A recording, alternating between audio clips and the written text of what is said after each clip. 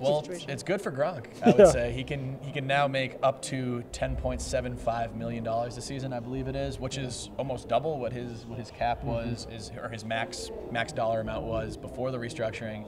It's basically, if he stays healthy and he performs as he's proven that he has during his career, he's going to basically double his pay, which is fantastic for him if he can stay healthy. I think that there's one really interesting element of it, and that is the fact that his play time is factored into it, because I think that there's been some times where there's been speculation that Gronk's family has kept him out of games just to protect him from these injuries that he suffers and to keep him out for a prolonged amount of times, maybe longer than another player will be kept out due to injury. And this contract really prevents his family from having that input, because they're going to want him to get paid. They want him to get that $10.75 million, and for him to get that, to get the All-Pro nod, to get the 90% of snaps, whatever he has to get that top contract, he has to be on the field, and his family has to allow him to be out on the field. Yeah, well, I mean, from a health standpoint, I think it's just a way to kind of protect them, to say, but one, to keep Gronkowski and his camp happy, basically, because he's woefully underpaid on his regular contract. He's the best tight end in football,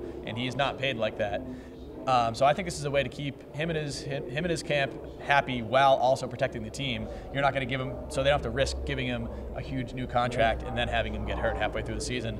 Because as good as Gronk is, he gets hurt a lot. So if he stays healthy, basically there's no reason he shouldn't get this money if he stays healthy for a full season and doesn't have a precipitous drop off in production, because basically all he has to do is get an All-Pro nod. I mean, all he has to do. Right. Obviously, that's not easy, but for a guy like Gronk, that's pretty much expected. Yeah. I mean, I can't see him playing 90% of snaps is a lot, especially with how multifaceted this offense is. I think he's only done that once. Yeah, and even if he's healthy, that's still pretty difficult to achieve.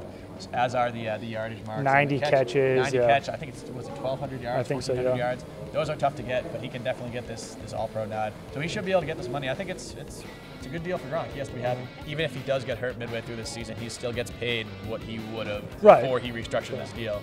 So it's really a win-win. I mean, am I reading it wrong? To me, it looks like there's not really much of a downside. No, there's no downside for Gronk. I think that a lot of people were wondering, okay, so why did the Patriots do this? I think it really is to incentivize him and his family to keep him on the field when he can be on the field. Yeah.